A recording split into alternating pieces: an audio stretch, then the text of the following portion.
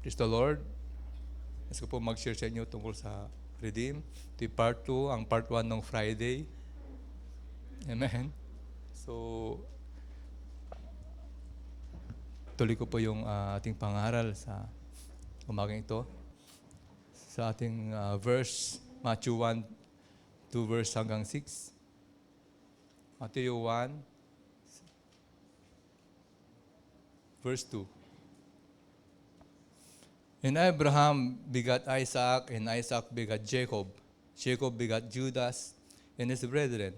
And Judas begat Pares and Sarah of Tamar. So binanggit dito yung pangalan ni Tamar na ito yung manugang niya o biyanan niya, asawa ng anak niya. At nagkaroon siya ng anak na si Pares.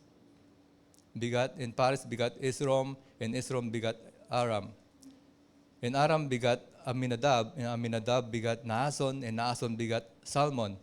And Salmon begat Boaz of Rehab, the harlot. Si Tamar nagpanggap na harlot, si Rehab na harlot. So napansin natin yung mga church na yan, amen, puro parang hindi maganda yung kanilang testimony, but ito'y type ng bride.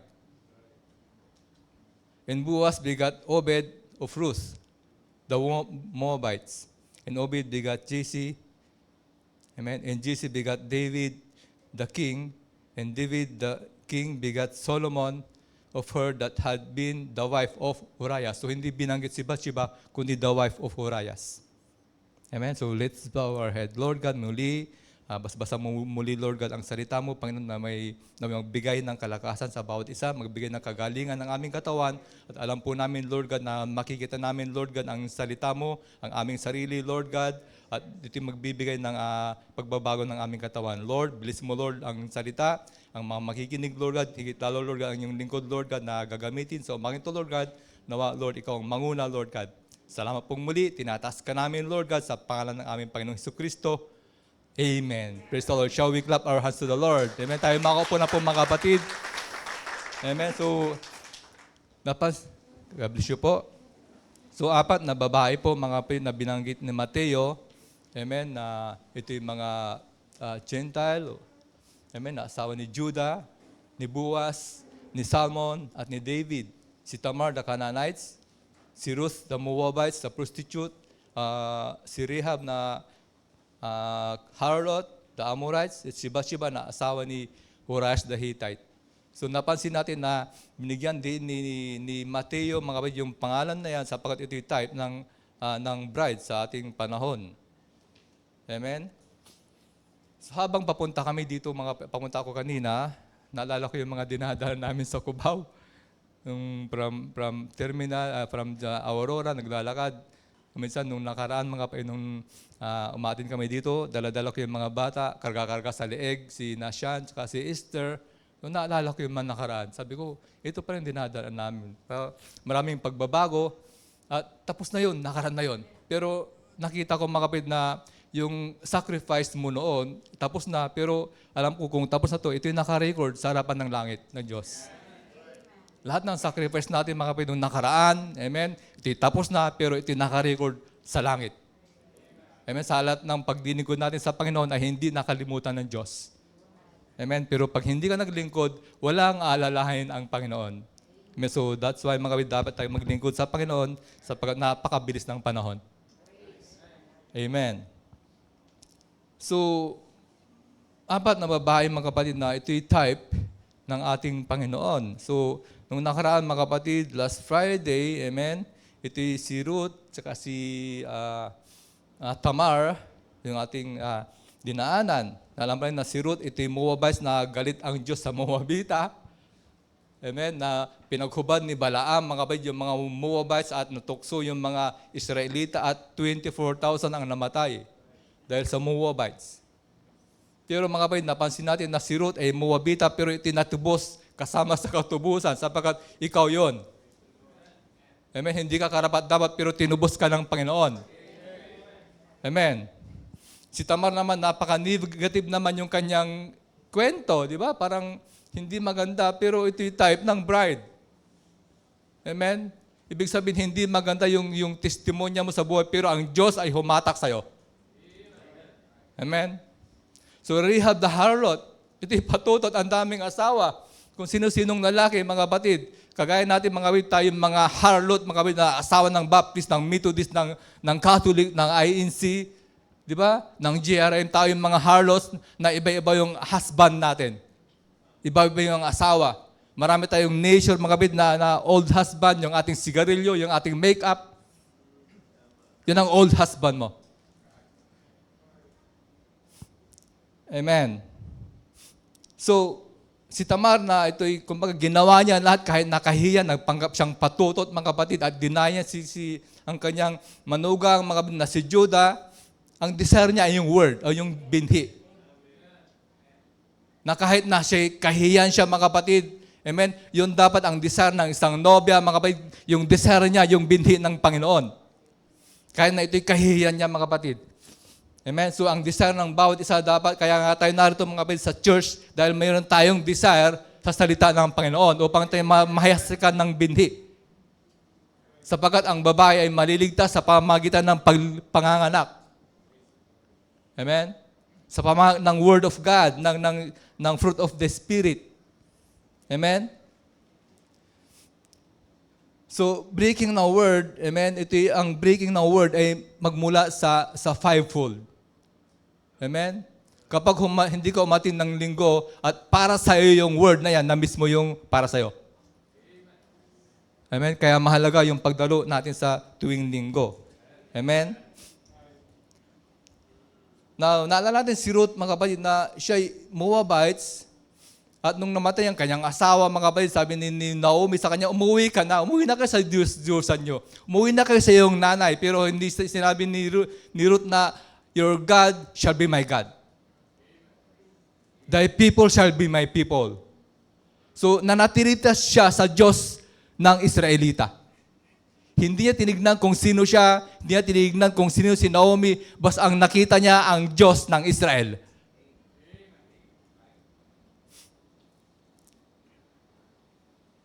So, mapilit siya, kahit na sabi niya, umuwi ka na sa inyong bahay, patay na yung aking anak, wala na ako ibibigay sa'yo. Amen? Pero mapilit siya.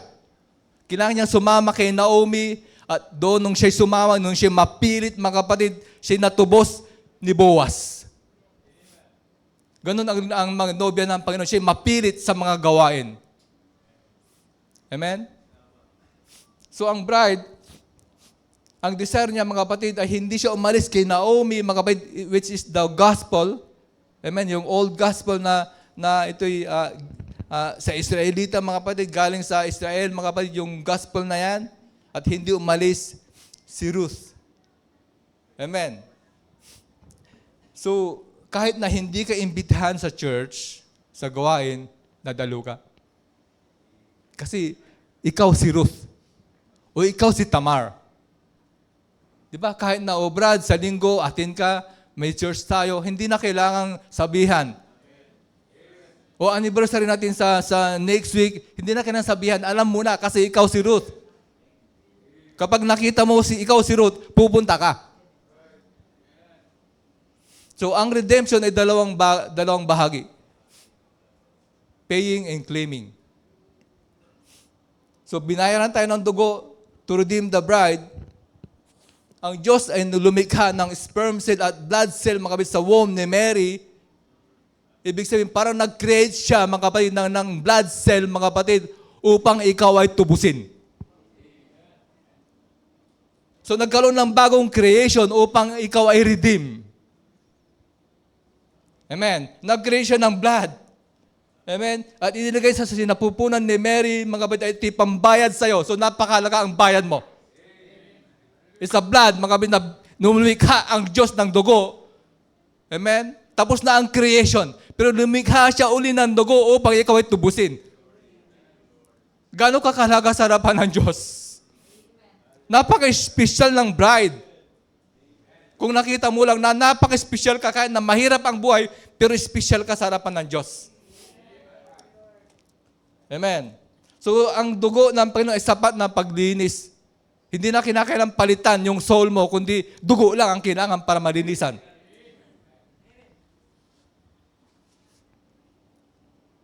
Revelation 1:16. Next slide. Okay. Revelation 1:16. And he had in his right hand, alam po natin mga kapatid, ito'y nag-start ang 7 church ages. Nung pinaslang ang Panginoon sa Calvary, nabuhay siya. In his right hand, 7 stars, and out of his mouth went a sharp two-edged sword, and his countenance was as sun shineth in his strength. So nag-start ang 7 church ages sa panahon ni Paul. Amen? Ito naabutan pa ni John. Amen. After the resurrection, 17, and when I saw him, so nakita ni John ang Panginoon, I fell at his feet as dead. Parang namatay si John. Pero nung hindi pa namatay ang Panginoon, ay laging nakahilig sa dibdib ng Panginoon. Pero nag-resurrect na siya mga kapatid pa, nung nakita niya si ang Panginoon, para siyang patay, nawalan siya ng malay. And he laid his right hand upon me, saying, fear not. Huwag kang matakot. I am the first and the last. Amen. Ito'y bayad na sa Calvary. Yung redemption. Ito'y first part ng redemption pa lang. Amen. So nasubasob si John at sabi niya, fear not. Bayad na tayo. Pero hindi pa nagkaroon ng full redemption. Amen. Kaya nga natakot si John. Pero bayad na siya sa Calvary. At siya'y nasubasob, amen, at siya'y natakot. Sabi niya sa 18, I am the liveth and was dead. Ako ay nabubuhay at ako'y namatay. Ibig sabihin, nung namatay siya, binayaran niya yung ating kasalanan, mga kapatid, at kinuha, mga kapatid, yung susi. Amen? Behold, I am alive and forevermore. Amen. I have the keys of hell and of death. So yung Calvary, mga kapatid, kinuha yung susi sa tagiliran ni Satanas. Susi ng hell and of death. Ng kamatayan at ng Sheol, ng impyerno. So bayad na mga kapatid tayo ng dugo. Amen?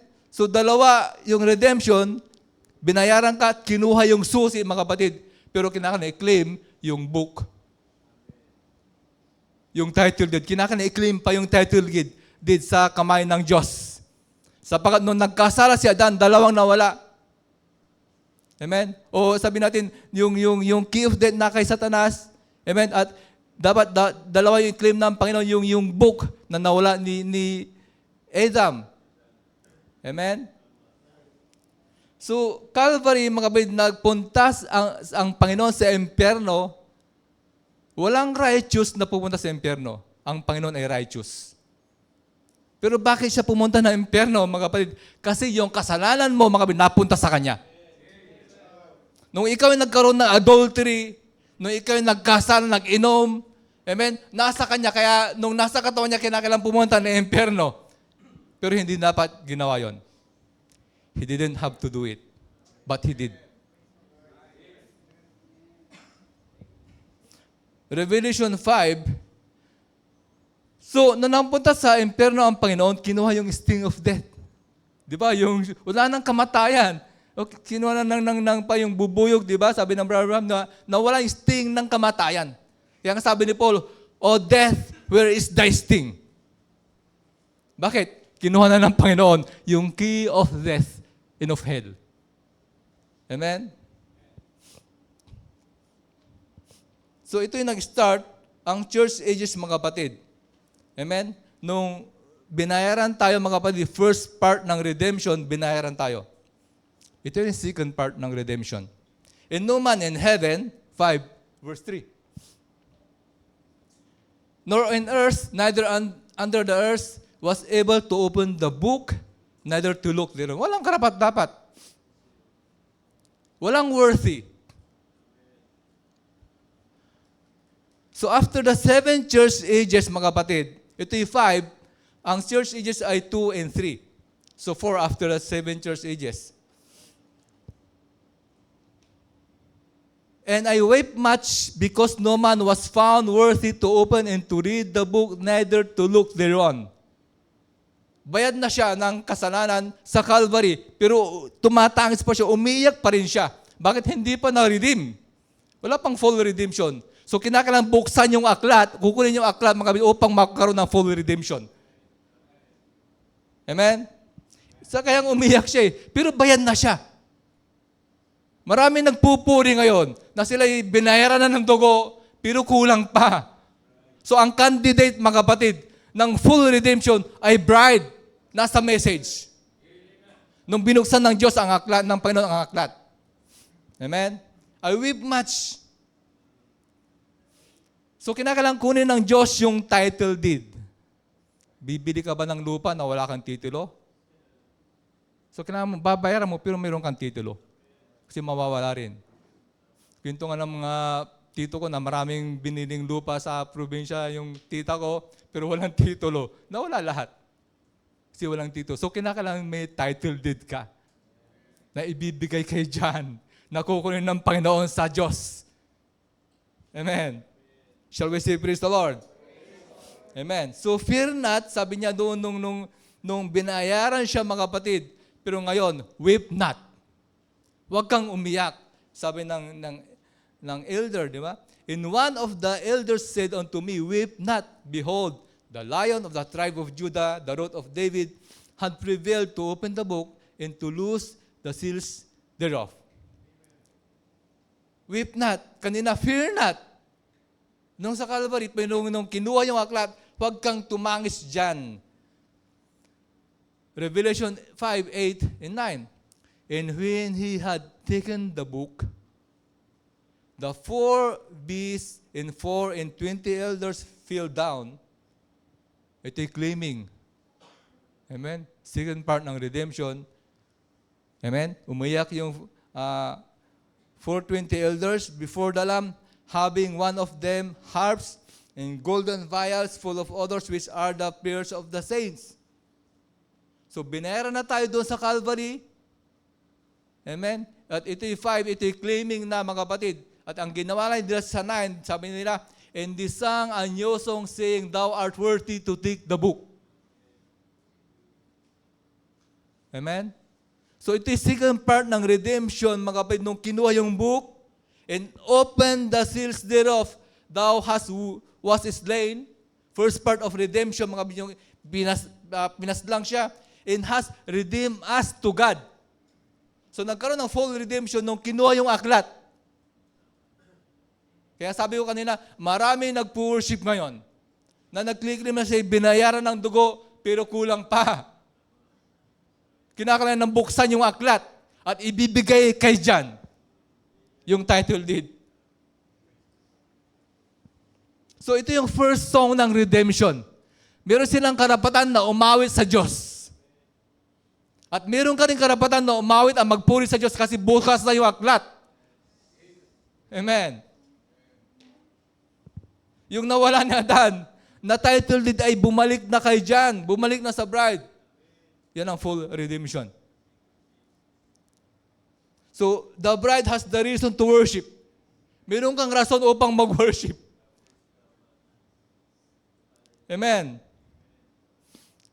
So, pagkat mga kapatid, kinuha yung aklat and open the seals thereof. Amen. O marami nga nag-claim, denominational, mga kapatid, mga denomination, mga religion, mga kapatid, o I claim the blood. Mahal ko ang Panginoon, binuhusan ako ng dugo, pero sarado yung aklat. Hindi nila makita ang kanilang pangalan sa aklat.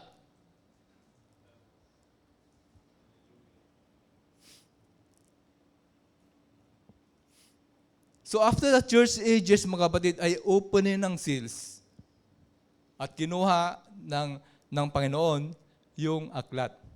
Hindi niya kinuha doon sa Calvary. Hindi pa siya worthy. Kinakailangan ng 7 church ages para niya kunuhin. Sapagkat ang law ng leprosy, kapag may kitong yung tao, mga kapatid, i-examinin ng high priest, after 7 days, pag wala na, saka i-declare na siya'y malinis. Worthy. Clean. Kaya nung Calvary pinaslang ang Panginoon, ang dami niyang kasalanan, yung kasalanan mo na sa Kanya. Paano niya kukunin yung book? Siya'y unworthy. Naging unworthy siya kasi yung lahat ng kasalanan ng tao nasa kanya. So mag-antay pa siya ng 7 days para kunin yung aklat. So after the 7 church ages, tumayo siya sa trono at kinuha yung aklat kasi pwede na niyang kunin. Kinakailangan tumayo. Amen? Kasi siya yung mediator. Amen? Yung nagkasala ka, nasa kanya, paano siya magiging worthy? Amen?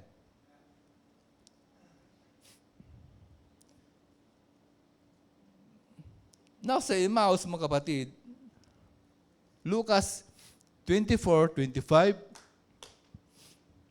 Then he said unto them, O fools, and slow of heart to believe all that the prophets have spoken. So, ito'y dalawang disciples ng Panginoon, naglalakad from Jerusalem to Emmaus. Ito'y ilang, 3 furlongs. Amen?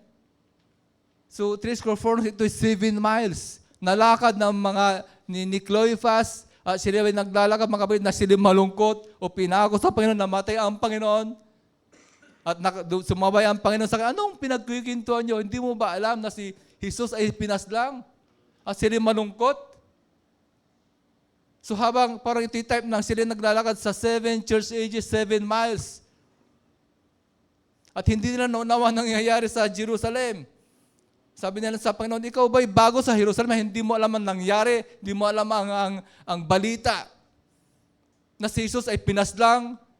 At sabi ng mga babae na aming kasama ay nabuhay daw si Jesus. So nalilito pa sila. Kasi under the 7 church ages, hindi pa nila alam. Wala pa silang alam. Malabo pa yung words sa kanila. Pero kasama nila ang Panginoon, naglalakad mga kapatid sa 7 church ages.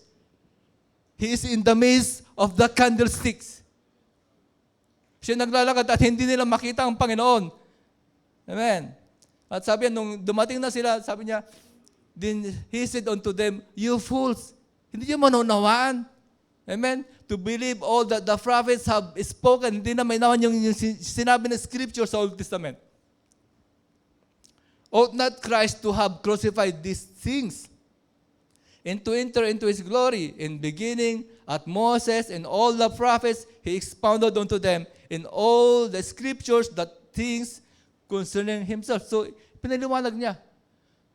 Amen? From Moses, ako yung brazen serpent. Ako yung hinampas na bato. Ako yun. So, sinasabi na nag-pre-preach siya, mga kapatid. Ako si Jonah, na nandun sa ilalim ng dagat at ako sa ikatlong araw ay bumalik. Ako si Isaac. So, hindi nila may naman pinapaliwanag niya, mga kapatid, hindi nila maunawan. And after 7 miles sa 28, mga kapatid, and they drew nigh unto the village which they went, and He made us through though He would gone farther. So, nagkukunan siyang, may pupuntahan pa siya. Pero ito'y gabi na. It's evening time. But they constrained Him. Pinigilan siya saying, abide with us. Manatili ka sa amin. Bakit? Nasa labas siya ng bahay. So, ang Panginoon sa Laodicea ay nasa labas siya. Siya yung kumakatok. Papasukin niyo ako kasi ipinagsarahan siya. Hindi siya ang nagsara. Denomination ang nagsara. Kaya siya kumakatok. At nasa bahay siya, mga kapatid. Pinigilan siya.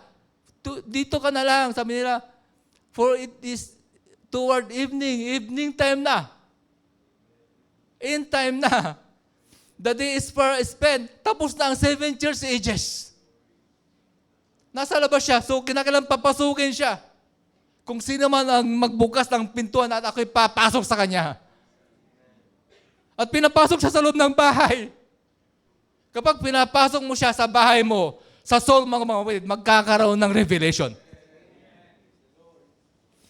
Upang maunawa mo siya, papasukin mo siya. Kaya nga siya kumakatok sa Laodicea at hindi siya pinapasok. Pero itong si disciples, mga kapatid, hindi na nila kinangan isarado. Halika, pumasok ka. Kailangan mo in-invite ang Panginoon. Di ba? So, ang Laodicea age, mga kapatid, after the 7 miles, mga kapatid, sarado na sila. Pero itong disciples, hindi sila sarado. Halika, pumasok ka. Come. Come, abide with us. sapagkat ito'y gabi na. So 30, and it came to pass, as he sat to meat with them, he took the bread and blessed it and break the seals thereof. After the 7 months, after 7 church ages, break niya yung seals, mga batid. Amen. And gave it them at ibinigay kay John. Amen. And their eyes were open. Amen. Bukas ang kanilang mata nung binuksan yung seal, yung mga batid, after 7 miles na biyahe. Pero nung 7 miles, hindi pa nila makita, hindi pa nila maunawaan. So, sa likod ng 7 church ages, hindi pa nila maunawaan ng Panginoon. Nung brinig na yung seals, and their eyes were open, and they knew Him. Amen. So, nanawa na nila. Bukas na yung aklat. At ako natutuwa na sa ating message, mga ito bukas na aklat. Amen. At nagkaroon ng full redemption. Ang binabasa natin aklat, Bible, hindi ito sarado. Open book. Iba yung unawa nila sa labas, iba yung unawa natin. Okay. Joshua 2 verse 1. Punta tayo kay Rahab, the harlot. Pag sinabing Rahab, ikaw yun. Di ba? And Joshua the son of Nun sent out of Shittim 2 men to spy secretly, saying, go view the land. And even Jericho. And they went and came into an harlot's house named Rahab and lodged there. Tumuloy sila sa bahay ng isang patutot. Si Joshua natuto kay Moises. Noong nagsinsa ng spies na 12. Pero natuto si Joshua. 2 na lang kasi yung 10, able report na naman. So 2 na rin papadala ko. So nagsinsa ng 2 spies upang ispayan, mga baydo, tiktikan yung Jericho. Hindi lang tiktikan, kundi magtatanim ng binhi. Kasi may isang tao doon na naghahantay, naniniwala sa Diyos ng Israel. Bakit mo pa ispayan? Kung sasakubong mo rin lang. So may purpose sila. Mayroong magtatanim ng binhi sa isang patutot. Ang pangalan niya ay Rahab, the harlot. Mag-i-spy ka tapos papasok ka sa isang bahay ng taga Jericho. So may purpose sila. Pinuntan nila upang magtanim ng binhi. Amen. So before na i-possess nila, mga kapatid, yung lupain, nag-spy muna sila at tignan muna na kung mayroong tatanggap. Di ba? Si Lot. Bago din natupukin yung Sodom and Gomorrah, pumunta muna yung 2 anghel. Ano lang ginawa ng 2 anghel? Kunin lang si Lot. Yun ang purpose nila. Amen? At nag-spy sila, mga kapatid, upang kunin si Rahab. Kasi meron faith si Rahab. Pinahinto yung aeroplano, mga kapatid, kasi dahil may nanay nag-aantay kay Brother Branham. Kinakailangan huminto muna siya. Madelay muna yung flight. Kasi mayroong faith na nandoon, mayroong binhi. Ganon din si Rahab. Mayroong binhi sa loob at kinakailangan pasukin muna nila. Amen. Ito yung prostitute. Pero meron siyang faith. Naniniwala siya sa Diyos ng Israel. So alam ng spies, yung 2 spy, mga kapatid, kung saan sila papasok. Kung nasaan ang binhi, nandoon ang mga lingkod ng Diyos. Kaya nung pumasok sila nangaral, nag-preach sila, nagkaroon sila ng Bible study sa bahay niya. Amen? Di ba? Si Zacchaeus, sabi ng Panginoon, pumunta sa Jerusalem. Punta sa Jerusalem. Pero dumaan muna siya sa Jericho. Pumasok sa Jericho. Pero ang purpose niya, mga sa Jerusalem. Pero dumaan muna sa Jericho, kasi mayroong Zacchaeus na nag-aabang sa kanya. May nag-pray na gusto kong makita si Jesus. Kung gusto mong makita si Jesus sa puso mo, dadaan siya sa'yo. Papunta siya ng Jerusalem. Pero dumaan mo ng Jericho. Kasi sabi niya, he is the son of Abraham. Amen. 2. And it was told the king of Jericho, saying, behold, there came men in hither tonight. So, gabi na. It's end time. Evening time na naman. Of the children of Israel to search out the country. Bakit kilala na sila? Kilala ng mga Jericho, mga kapatid, mga Amorites, mga taga-Israelita kasi sa kanilang pananamit. Makikilala sila. Si Moses, nung lumabas sa Egypt, nakita ng yung babae, mga kapatid, may nakita kami lalaki, Egyptian, kasi sa damit niya. Makikita ang Christian sa kanyang pananamit.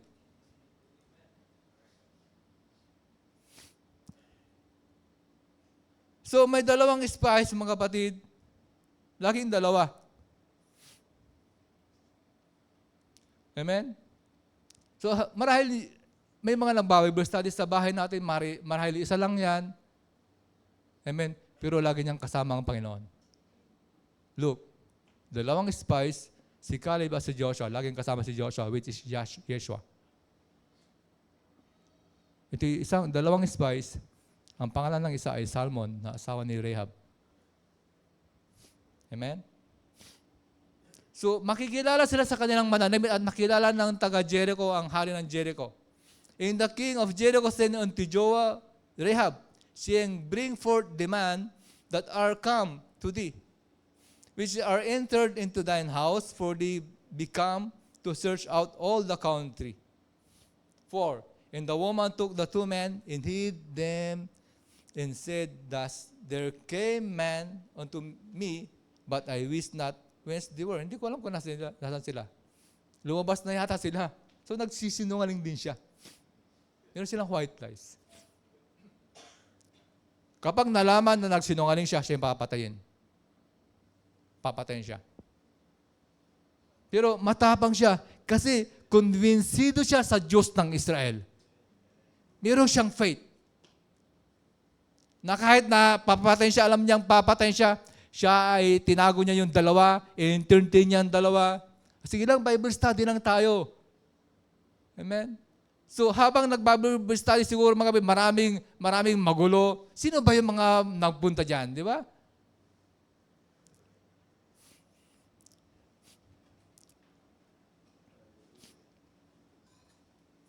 Five, and it came to pass about the time of shutting of the gate. Amen? Ito yung malapit na magsara. When it was dark, it's end time, that the man went out, whither the man went, I would not pursue after them quickly, for you shall overtake them. So nagsinungaling siya. Lumabas na yata sila. Ito evening time na. So evening time, pag evening time, merong visitation ng anghel. At inilagay sila doon sa tuktok, sa roof, sa taas. Di ba? Alam po natin yung kwento. And before the lay down sa 8, next slide, 8, okay. Okay. And before the lay down, she came up them upon the roof. So come up higher. Umakyat si Rahab. Come up higher and I will show thee things must be of hereafter. Diba? Umakyat sa taas. Sa secret place. Nando yung dalawa. Nag-aantay mga ba yung dalawa at ibibigay yung instruction paano siya maligtas. Amen? And she said unto them, sa 9, I know, personal pronoun, I know, alam ko. Meron siyang faith. I know the Lord had given you the land. Alam ko.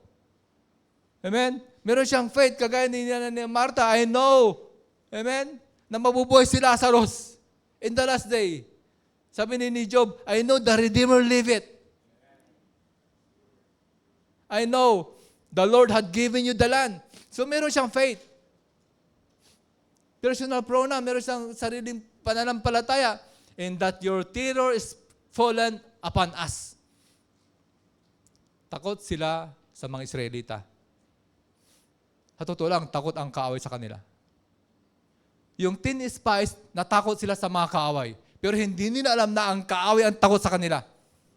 Hindi mo ba alam na ang mga kaaway takot sa'yo? Ang iyong kaaway ay 6 inches long. Amen? And that your terror is fallen upon us. Kung minsan natatakot tayo. Pero mga kapatid, hindi ka iiwan ng Panginoon. Amen?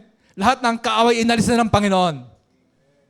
Bago po sila pumasok sa Kanaan, itinaboy nila ng mga hornets yung mga kaaway nila. Amen. Takot sila sa kanila. Your terror is fallen upon us, and that all the inhabitants of the land faint because of you. Takot ang kaaway sa'yo. Isang mahinang Kristiyano pag lumuhod yan, takot ang dyablo. Amen. Shall we say praise the Lord? If God is in you, who can be against you? Amen? So yung 10 spies, sinindi ni Moises, natakot yung 10, higanti sila. Kasi iba yung tingin nila. Pero si Caleb and Joshua, hindi kaya natin kasi meron silang revelation. Alam nila na ang Diyos ay mauuna sa kanila. Amen? Your enemy is 6 inches long. Kaya huwag tayong matakot. Shall we say praise the Lord? Amen. 10. For we have heard how the Lord dried up the water of the Red Sea for you. Kailan yun? Narinig namin. Nung kayo lumabas sa Egypt, hinati yung dagat, bata pa si Rahab dyan. Siguro 10 years old pa lang siya. Narinig niya na tumawid yung Israelita sa dagat sa Red Sea. Tingnan nyo? We have heard. So faith cometh by hearing, and hearing of the Word of God. Narinig ko, pero ito after 40 years. Amen? Kaharap niya yung mga taong tumawid. Hindi nawala ang kanyang faith after 40 years. Tumatak sa puso niya yung salitang yon. They crossed the river. Sila dumaan, mga kapatid, sa tuyong lupa. The Lord dried up the water of the Red Sea for you. So, hindi niya tinukoy yung mga Israelita, kundi the Lord dried up the water. Alam niya, ang humati sa dagat, hindi si Moses, kundi ang Panginoon. So, meron siyang faith sa Diyos. Amen. Kaya nga si Elisha, nung nakuha niya yung double portion, where is the God of Elijah? Where is the God of William Branham? Hindi si William Branham, kundi yung God of William Branham. The God of Elijah. Sabi niya, the Lord dried up the water, hindi yung Israel.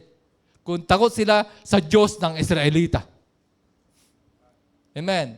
When you came out of Egypt, and what you did unto the kings of the Amorites that were on the either side Jordan, Sihon, and Og, whom you utterly destroyed. Bakit? Meron silang Diyos. Yun ang faith ni Rahab. Tignan nyo? 10 years old pa lang siya. Nung narinig niya yung balita, yung mga Israelita tumawid sa dagat, hinati yung dagat. Siguro nakikinig lang siya sa mga kwento ng mga matanda. After 40 years, yung kwento naging reality sa buhay niya kasi meron siyang faith. Ang rapture, narinig ko nung sina pastor noon, punta kami sa Manila, ginagawa yung MRT, akala namin ni pastor, maabutan pa kaya natin yung MRT?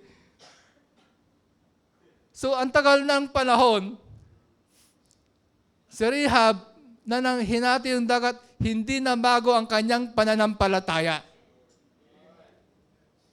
Dapat ganun ka rin.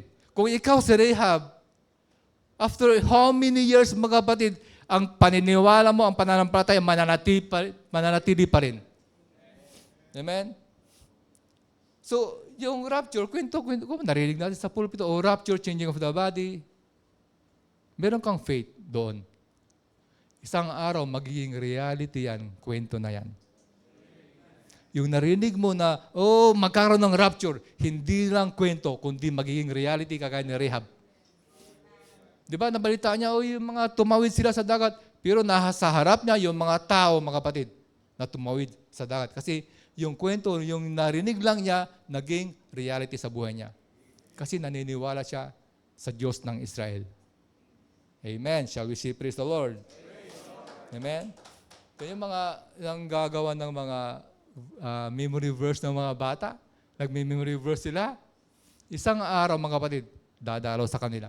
Cast thy bread upon the waters, and in many days it shall return unto thee. Babalik sa iyo. Amen. Kaya si Rahab, nagtanim siya ng bread, at isang araw dumalaw sa kanyang mga anghel. Amen. Okay. Narinig namin yung hinati yung dagat. Di ba narinig niyo na yung si Abraham nakapit, yung bulag nakakita, yung namatay sa Finland na buhay. Di ba? Nagkaroon ng squirrel, ng let there be squirrel. Narinig lang natin yon. Pero naniwala pa rin tayo kahit na narinig lang, sapagkat isang araw mga kapatid, magkakaroon ng spoken word ministry. Amen.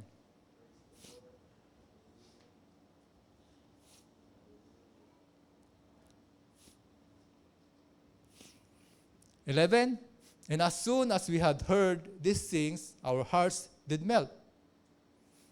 Neither did there remain any more courage in any man. Takot na takot kami sa inyo. Ang aming diwa ay nawala ng kanino mang tao.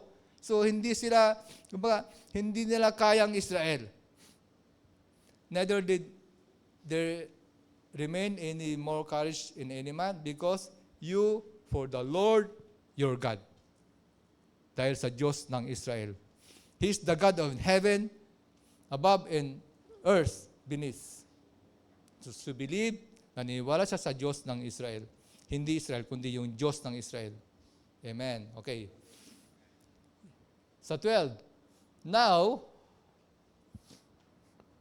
therefore I pray you, swear unto me by the Lord, since I have shewed you kindness, that you will also shew kindness unto my father's house, and give me a true token.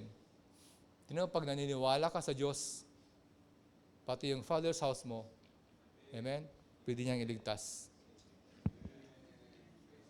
Yan ang benefits kapag mayroon kang faith sa Diyos. So, sigurado siya sa coming judgment. Alam niya, nasasakopin sila mga kapatid ng Israelita, mga kapatid. Sigurado siya. Sigurado ka na mayroong rapture. Sigurado ka na mayroong judgment na darating. So, bawat isa sa atin dapat maglingkod sa Panginoon at kasama dapat ang ating family. So 13, and that you will save alive my father, my mother, my brethren, my sisters, and all that they have. Yun ang pangako ng Diyos. All that you have. Amen. And deliver our lives from death. Amen. And the man answered her, our life for yours, if you utter not this our business. And it shall be, when the Lord had given us the land, that we will deal kindly and truly with thee. 15. Then she let them down by the cord through the window for her house was upon the town wall, and she dwelt upon the wall. So, pinamaba sila doon sa bintana, dilagyan ng tali. Amen? At ang pangalan ng isang spies, si Salmon na asawa ni Rahab. Kung minsan mga kapatid, may gawain sa bahay, amen? May Bible study. Kung minsan, mag-isa lang siguro si pastor. Pero ang tandaan natin, meron siyang isang kasama. Yung asawa mo. Si Jesus Christ. Shall we say praise the Lord? Amen.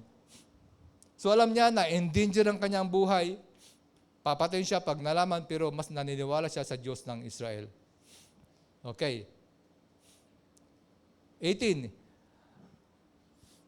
Behold, when we come into the land, thou shalt bind this line of scarlet thread in the window, which thou didst let us down, and thou shalt bring thy father and thy mother, thy brethren, and all father's household home unto thee. 19. And it shall be that whosoever shall go out of the doors, kung sinong lalabas of thy house into the street, his blood shall be upon his head. Wala kaming pananagutan kapag lumabas ka sa labas. Pag lumabas ka sa word, wala nang pananagutan ng Diyos. Wala nang pananagutan ng pastor pag lumabas ka sa word. So kailangan manatili ka sa word upang safe. Isa lang ang safe na lugar, yung word of God, which is the open book. And we will be guiltless, and whosoever shall be with thee in the house, his blood shall be on our head, if any hand be upon him. Kung nasa loob ka, kaming bahala. Bahala ang Panginoon kapag nasa loob ka ng mensaheng ito. Amen? So don't go out. Dito ka lang sa token, which is the blood. No, ninawit yung sinulid na pula, ito yung token. Under the blood. What is blood? The bleeding word of the Lord. Amen? Now, dadago ta kay Bathsheba. Sige po.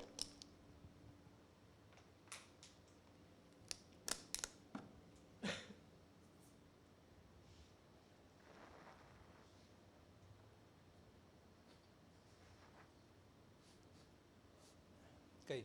Now, kapag nababasa ko si David nung ginawa niya kay Bathsheba at si Uriah, parang ayaw ko nung ginawa niya. ayaw ko yung point na yon. Sino bang natutuwa?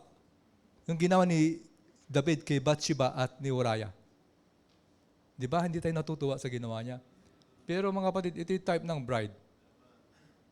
Type ng bride. So, kinakailangan ng open book upang maunawa natin. Amen? So para bang galit ka kay sa ginawa ni David. Pero natutuwa ka nung nandun na si Nathan nung magkakaroon na ng judgment. Yan na si Nathan. Magkakaroon na, itutuwid na si David. Okay. 2 Samuel 11, verse 1. Okay. And it came to pass after the year was expired. Pag sinabing year was expired, ito'y time ng gera. Sapagkat ito'y springtime. Tapos na yung winter time. Ang winter time, ito hindi ka pwedeng, pati yung mga sundalo mo mamamatay kasi winter. Ito'y death. So ito'y 7 church ages. After the 7 church ages was expired, at the time when the kings go forth to battle, that David sent Joab and his servants with him. Now, dapat si David pumunta sa gera. Pero nag-stay siya sa Jerusalem, sa kanyang palasyo. He didn't have to do it, but he did. Dapat nasa gera siya, pero nasa palasyo siya. Ito after the 7 church ages, after the year was expired. Ito'y springtime. Springtime. Ito'y tagsibol, mabubuhay yung mga halaman. Amen? Nung binuksan yung selyo, buhay lahat. And his servants with him in all Israel, and they destroyed the children of Ammon and besieged Reba. But David tarried still at Jerusalem. Ito'y tayo na mabagabag. Nagturo ang prophet mga kapatid ng rapture, pero in times of trouble, he shall hide me in his pavilion. He shall set me out upon the rock. Rapture, pero ito'y magulo. Ito'y time na magulo. Ito'y time ng gera, pero si David nag-stay doon sa kanyang tahanan, sa kanyang tore, doon sa tower. So after the 7 church ages was expired, in times of trouble, mga kapatid, yung kings go to battle dapat, pero sinend niya ang kanyang lingkod. Hindi niya dapat ginawa yun, pero ginawa niya. Dahil kay Bathsheba.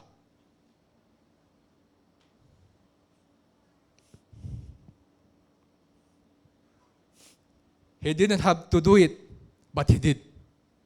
He didn't have to open the seals, but he did. Nakita mo ang posisyon mo? Di ba? Dapat nasa gera si David, pero nandoon si Bathsheba naghahantay. And it came to pass at the evening time sa Sunset Mountain that David arose from off his bed, tumayo ang lamb sa kanyang trono, and walked upon the roof sa taas of the king's house, and from the roof he saw a woman washing. Nakakita na isang church na naghugas sa kanyang church, sa denominational church. Amen? Di ba yan parang cloud? Dumungaw siya sa bintana. Amen? Nakita niya ang upa. Doon sa Laodicea na hubad. Dumungaw siya na 1963. Sa panahon ng Laodicea, mga kapatid, na isang babae na nasa naghugas, naliligo, mga kapatid, na siya hubad. Nung ikaw nasa denomination, ikaw hubad. Ikaw naghugas sa kanya-kanya mga iglesia, sa Catholic, sa Baptist, sa Methodist, sa Pentecostal, pero nakita ka ng message. Amen? Dumungaw siya. Parang yung cloud, dumungaw siya. Tumingin siya sa baba. Mayroong isang babae na naghuhugas. Amen? Nakita niya ang iglesia, ang church, mga batid, na hubad. Nakita ni David. Oh, iba yung tingin niya sa babae na yon. Amen. Naghuhugas, washing herself, and the woman was very beautiful to look upon. Napakaganda mo, Bathsheba. Ikaw ay galing doon sa bahay ni Uriah. Now, sa panahon na yun, wala silang private bathhouse. Wala silang sariling palikuran. Kundi meron silang public bathroom. Kaya maliligo sila sa labas, naghugas, di ba? Nakita sa mga Jesus of Nazareth, naghugas sila sa pool o Bethesda at uuwi sila, doon sila naliligo. At si Bathsheba naligo siya sa labas. Siyempre, nakita ni David. Amen? Iba yung tingin niya sa babae na yan. Nung ikaw nasa church sa Laodicea, iba ang tingin ng Diyos sa'yo, ng Panginoon sa'yo. Doon ikaw ay hubad, pero iba, ikaw the apple of the eye ng ating Panginoon. Amen. Wala bang amen dyan si Bathsheba? Shall we say praise the Lord? So he rose up, tumayo from ministerial work ang ating Panginoon, as si David. At nakita niya sa 7 church ages, amen? Sa Laodicea, mga kapatid, isang babae, mga kapatid, na naliligo. Isang quote. Next slide. When that Lamb leaves the throne, yonder on his days of ministerial work, when he leaves the throne up there, and takes the book of redemption, and walks forth, in the knee will bow, there is he is. Dumayo siya, mga kapatid, after the 7 church ages, 1963, at kinuha yung aklat. At siya tumingin sa Laodicea, mga kapatid, nakita niya isang babae na kagaya mo. Amen? So yung roof, nasa roof siya ng tore ng kanyang palasyo. Parang sa Sunset Mountain, tumingin siya sa baba. Amen? Isang babae na nakahubad. At siya nagdilinis, siguro nag-church siya, nagsasamba siya. Di ba? Ang church ay lugar na kung saan ikaw nagdilinis. Amen? Naghuhugas sa denominational church. Amen? Okay? At nakita ng Panginoon. Amen? Ang isang babae. 3, verse 3. And David sent and inquired after the woman. And one said, so nagsinsya ng kanyang servant, is not this Bathsheba, the daughter of Elam, the wife of Uriah the Hittite. So meron siyang asawa. Asawa ni Uriah to. The Hittite. Nung dumating ang message sa'yo, meron ka namang asawa. Ikaw ay Baptist, ikaw ay Methodist, ikaw ay Catholic, ikaw ay INC, ikaw ay UPC, Oneness. Dumating ang message, meron kang asawa, meron kang old husband. Pero dumating yung word sa'yo, meron kang asawa. Okay? And David sent his messengers and took her, kinuha siya doon sa kahubaran, doon sa Laodicea age. She came in into him and lay with her. Nagkaroon ng invisible union. For she was purified from her uncleanness and she returned into her house. Siya malinis sa panahon na yan. Kasi ito yung monthly period ng babae, di ba? Every 28 days. Lumabas yung cloud, February 28. Amen? So, kinuha si Bathsheba nung siya ay purified. Wala na siyang buwan ng dalo. Ito yung time na siya pwede siyang manganak. Dumating ang Panginoon nung ang iglesia ay pwede ng manganak. Sapagkat dito sa Laodicea, hindi siya pwede manganak. Marumi pa siya. So after the church ages, mga kapatid, dumating si David, yung son of David sa ating buhay. Amen.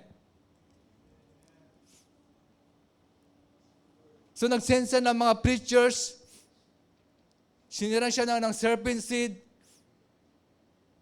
Amen. At kinuha mga kapatid si Bathsheba sa bahay niya at nabuntis si Bathsheba. Ang problema, meron siyang asawa.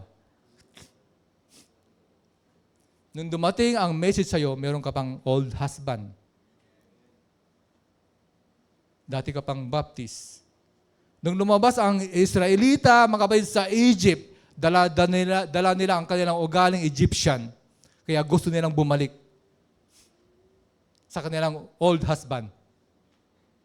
Kaya nung dumating yung message sa atin, mga kapatid, meron ka pang old husband. So kinakailangan mamatay ang old husband mo.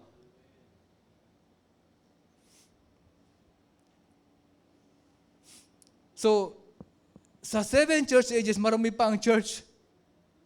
So, tinignan ko sa internet, sa Google kahapon, yung monthly period ng babae, kung ilang days, kapag siya dinudugo, ito ay 7 days.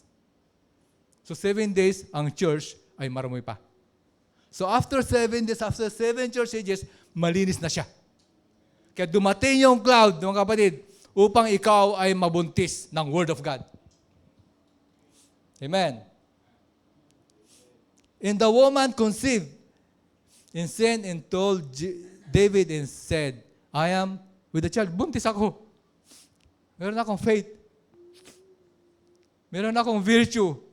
Nabuntis na ang church. Pero ang problema, meron pa sang asawa. Buhay pa si Uriah.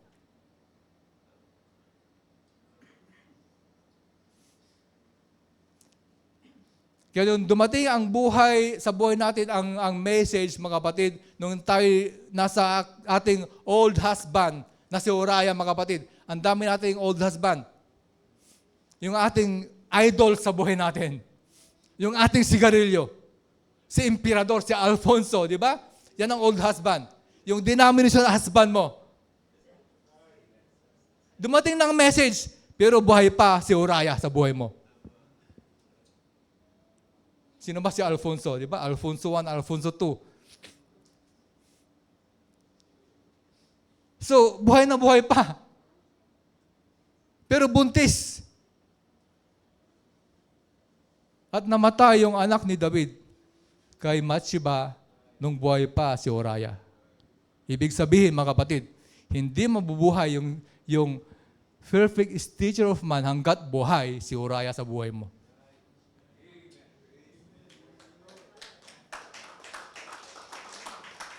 Natatawa kay Sister Cecilia, inilibing na si Uriah sa buhay niya. Asan yung box? Ilibing natin yung Uriah sa buhay natin. Huwag tayong maawa kay Uriah. Ang bait-bait ni Uriah. Ang bait-bait ng aking sigarilyo. Ito'y nagpapalakas sa akin. Di ba? Ang ganda ng testimonya ni Uriah na kahit nasa langit, nandun siya at kakamay ni Brother Branham. Mahal na mahal mo ba yung old husband mo? Hindi mabubuhay si Solomon hanggat buhay yan. Kailangan mamatay si Uriah sa buhay mo. Walang millennium kung hindi mamamatay si Uriah sa ating buhay. Shall we see, praise the Lord? So maraming dumating sa message, mga batid, na dala-dala yung kanilang old husband, buhay na buhay, si Uriah sa buhay nila.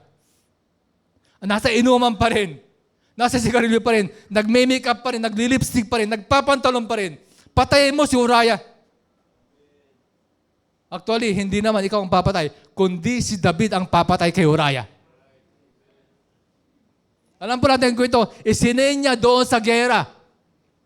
So napaka hindi maganda. Dati akala ko ang pangit ng ginawa ni David. Pero ngayon naunawaan ko na. Ako pala si Bathsheba. O sabi ko nga sa inyo, ito yung open book. Iba yung unawa nila kaysa sa atin. Pwede mo i-condemn si David sa ginawa niya. Pero pag nalaman mo na ikaw palang dahilan, matutuwa ka.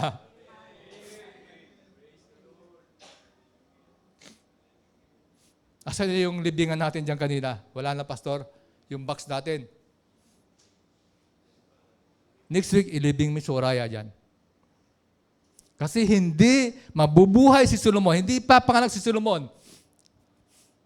Maraming magkaroon ka ng mabuntis ka, faith, virtue, knowledge, temperance, patience, godliness, hanggang doon na lang, patay na uli.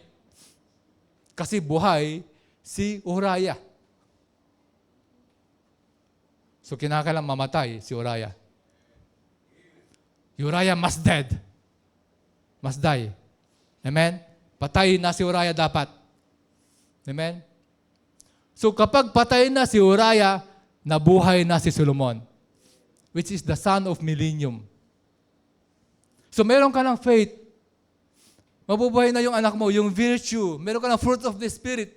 Knowledge, temperance, patience, godliness, brotherly love, at bababa yung charity. Pero pag buhay si Uriah, hindi yan mabubuhay. Hindi mabubuhay. So kailangan mamatay si Uriah sa buhay natin. At isinayin mga kapatid ni David, si Uriah sa gera. At patay si Uriah. Sinong papaslang kay Uriah sa buhay natin? It's the Word. It's the Word. The son of David. Kapag hindi ka dumadalo, hindi mamamatay si Uriah. Kapag lagi kang absent sa gawain, ang Word lang ang papatay kay Uriah. Mahal na mahal mo si Uriah sa buhay mo. Pero pag hindi siya mamatay, walang changing of the body. Walang millennium. Tanda natin yan. Shall we say, praise the Lord? Wala bang palakpak si Bathsheba dyan?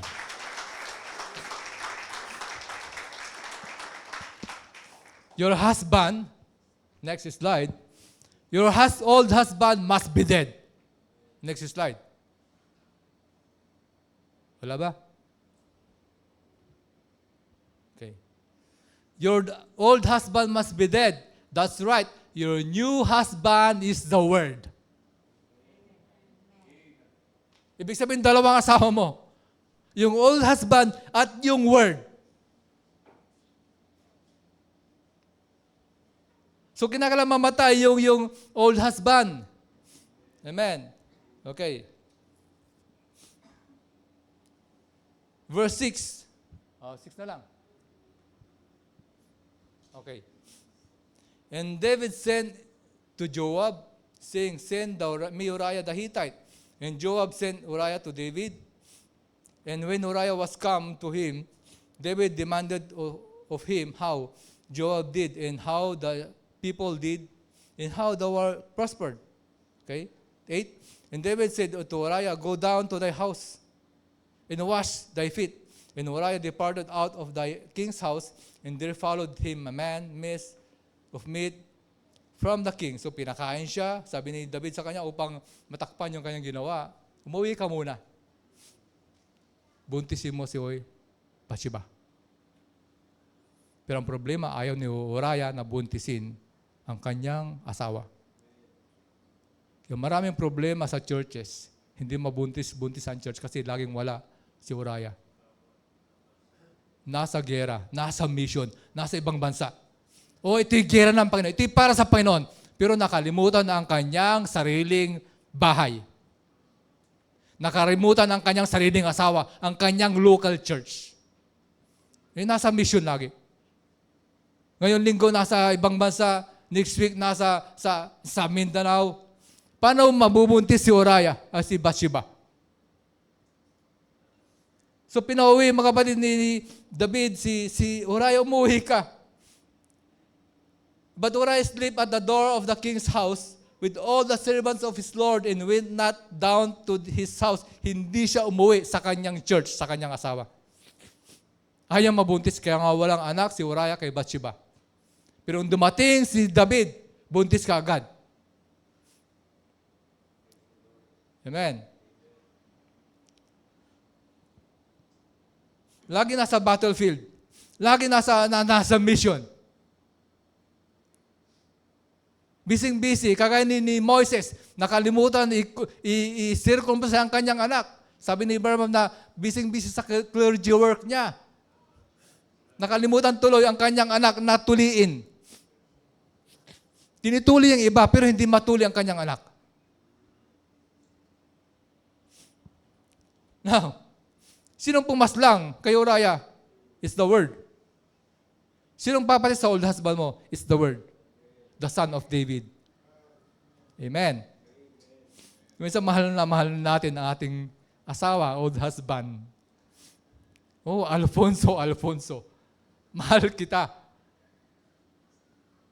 Yung sigarilyo, mahal na mahal ko. Yung aking makeup, mahal na mahal ko. Ito yung nagpapaganda sa akin. Kinakailangan mamatay si Uriah.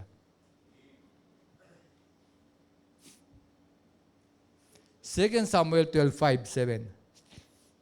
Alam po natin ang kwento. Sabi ni Nathan, dumating si Nathan, ito yung paborito ko sa kwentong ito.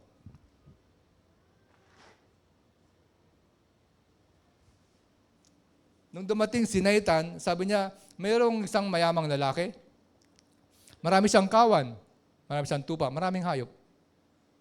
At mayroong isang mahirap na lalaki. Mayroong isang tupa, pinapakain niya, katabi sa pagtulog. At mayroong bisita, mayroong stranger dumating sa mayamang lalaki. Hindi siya pumaslang ng kanyang tupa, ng kanyang isasalang, ipapakain sa kanyang bisita. Ang ginawa ng lalaki, mayamang lalaki, kinuha yung tupa ng isang mahirap na lalaki at yung ipinakain sa kanyang bisita. So kinuwento ni Nathan kay David sa 5, and David's anger was greatly kindled against that man. Galit na galit si David sa lalaki na yon, na kung saan kinuha yung tupa ng isang lalaking mayaman at ibinigay sa kanyang bisita. And he said to Nathan, as the Lord liveth, the man that had done this thing shall surely die. Tama, si David, dapat mamatay yung tao na yon. Kasi mali yung ginawa niya. Death sentence, dapat siyang patayin. And he shall restore the lamb fourfold because he did this thing and because he had no pity. Wala siyang hawa. Mag-isang tupa na lang, mahirap na tao, ang daming tupa ng isang mayamang lalaki pero hindi niya ginalaw. At kinuha niya nag-isang tupa ng isang mahirap na lalaki. 7. And Nathan said to David, thou art that man. Ikaw ang lalaki na yon. Ang hatol ni David sa kanyang sarili, kamatayan. Bakit? Mali ang ginawa niya. Hatol ang kamatayan. Adultery. Hindi namatay si David. Nagrepent siya. Si David na asawa ni Bathsheba. Pero si Bathsheba na ikaw namatay, ang anak ni David dahil sa'yo. Hatol, kamatayan ang hatol ni David sa sarili niya. Sabi ng Panginoon, if I'll be lifted up from the earth, I will draw all men to me. Pag ako'y namatay, lahat ng tao ay lalapit sa akin. So hinatulan niya ang kanyang sarili na kamatayan. Amen? Dahil sa isang babaeng katulad mo. Dahil sa iyo, Bathsheba, namatay ang ating Panginoon. Oh, tahimik si Bathsheba. Amen. Shall we praise the Lord? Hindi mo ba alam na lahat ng adultery na nagawa mo, lahat ng paglalasing, pagsisinungaling, ay nasa Panginoon. Kinuha niya lahat. At siya'y namatay. Amen. Dahil sa isang babae na kagaya mo. Isa lang yata ang Bathsheba dito. Isa lang nagpalakpak. Amen.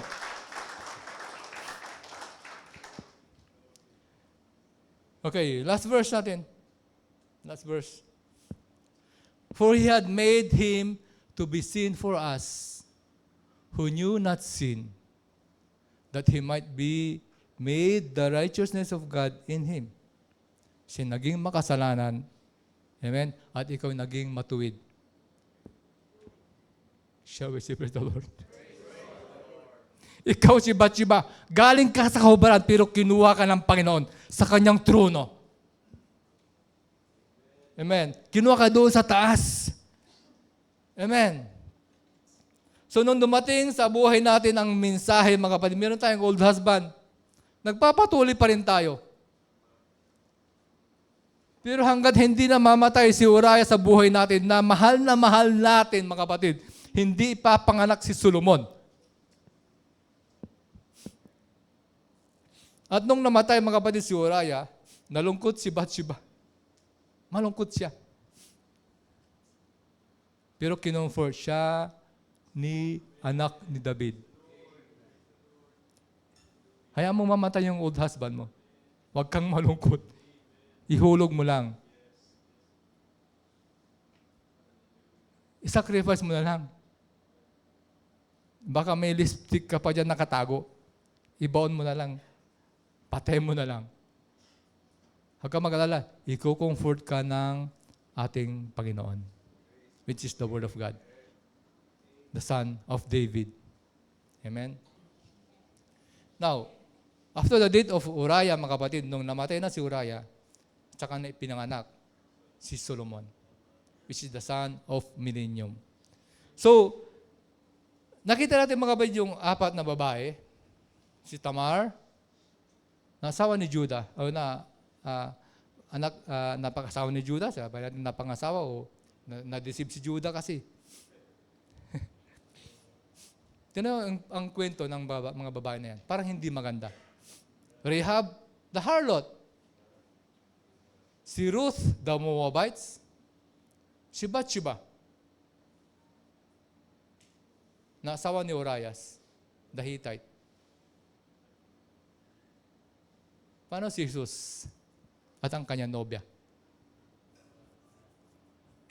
Di ba, hindi ka rin magandang himplo, pero kinuha ka ng Panginoon from the kahubaran, mga kapatid, at kinuha ka niya, binihis ang kanyang word. Amen? Hindi pala apat, kundi 5. Si Tamar, si Rahab, si Ruth, si Bathsheba, at si Mrs. Jesus Christ. Shall we say praise the Lord? Amen. Now,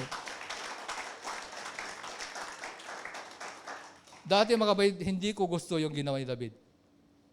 Pero nung nawa na natin, under the open book, okay lang pala. Salamat sa Panginoon. At ipinakita ng Diyos ang kanyang biyaya sa atin. Sino nang natutuwa sa ginawa ni David? Kanina walang umihimik. Amen. Now, ginamit ng Diyos ang katawan ni Lazarus, kinakailangan mamatay upang maipakita ng Diyos ang kanyang kalulatian. Dapat pumunta ang Panginoon, pero after 3 days, hinayaan niya munang mamatay. Ginamit yung katawan ni Lazarus para may pakita ang kanyang kaluwalhatian. Bulag yung lalaking pinanganak, bulag siya. Pinanganak siyang bulag. Wala namang kasalanan yung magulang. Sabi nila, sino nagkasala? Bulag siya, pinanganak. Lumaki siya. Amen? Hirap na hirap yung lalaki, mga kapatid. Pero siya nakakita para lang maipakita ang kaluwalhatian ng ating Panginoon.